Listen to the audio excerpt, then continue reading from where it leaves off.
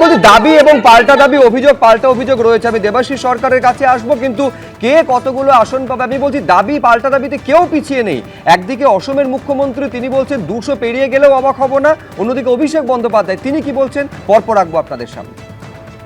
असम में हम लोग 126 सीट है और 100 सीट मिलके बीजेपी तीसरा बार वहां में सरकार करेगा।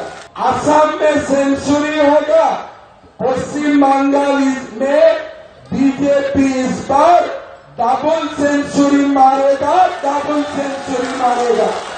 আমি আপনাদের দায়িত্ব নিয়ে বলতে পারি, প্রথম দফায় ভোট হয়েছে গত পরশুদিন, তৃণমূল সেঞ্চুরি পার করে দিয়েছে। 29 তারিখ ডবল সেঞ্চুরি পার হবে, আর সংখ্যা কোথায় গিয়ে থামবে আমি নিজেও জানি না।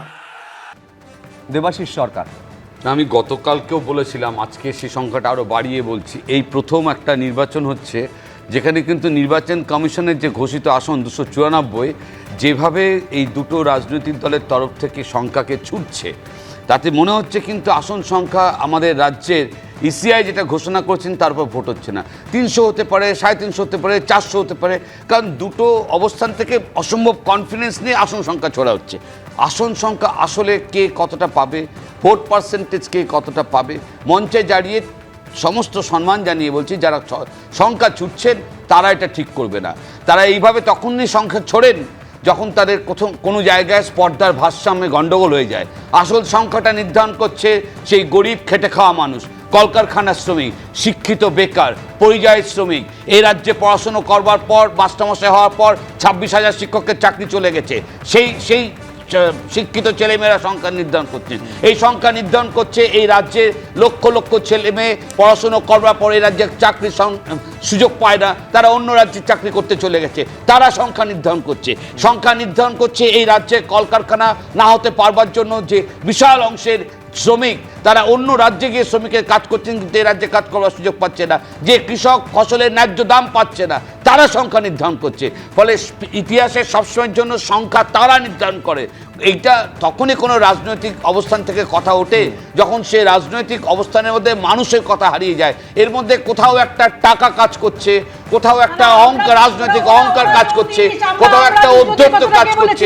যে জায়গাটা পরিষ্কারভাবে আমাদের রাজ্যে অতীতে কখনো, দিদি একটা মিনিট, আমাদের রাজ্যে অতীতে কখনো দেখিনি, যে অতীতে কখনো দেখিনি আমাদের রাজ্যের একটা নির্বাচন হচ্ছে যে নির্বাচনে সমস্ত রাজনৈতিক দল তো হারবার জন্য কেউ দাঁড়ায় না, সবাই জেতার জন্য দাঁড়ায়। আমি একটা বিষয়ে সম্পূর্ণ একমত দেবাশিস দার সঙ্গে, যে যারা বঞ্চিত হয়েছেন তারা, তাদের মতামত গুরুত্বপূর্ণ, যারা একেবারে সরকারি প্রকল্পে উপকৃত হয়েছেন তাদের মতামত সমান গুরুত্বপূর্ণ। এবিপি আনন্দ, এগিয়ে থাকে, এগিয়ে রাখে।